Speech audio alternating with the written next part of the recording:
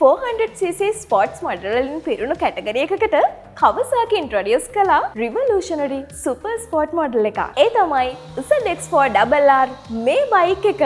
මේ තියෙන්නේ standard සෝප bike එක නෙවෙයි. මේකේ ගොඩක් modifications කරලා තියෙනවා.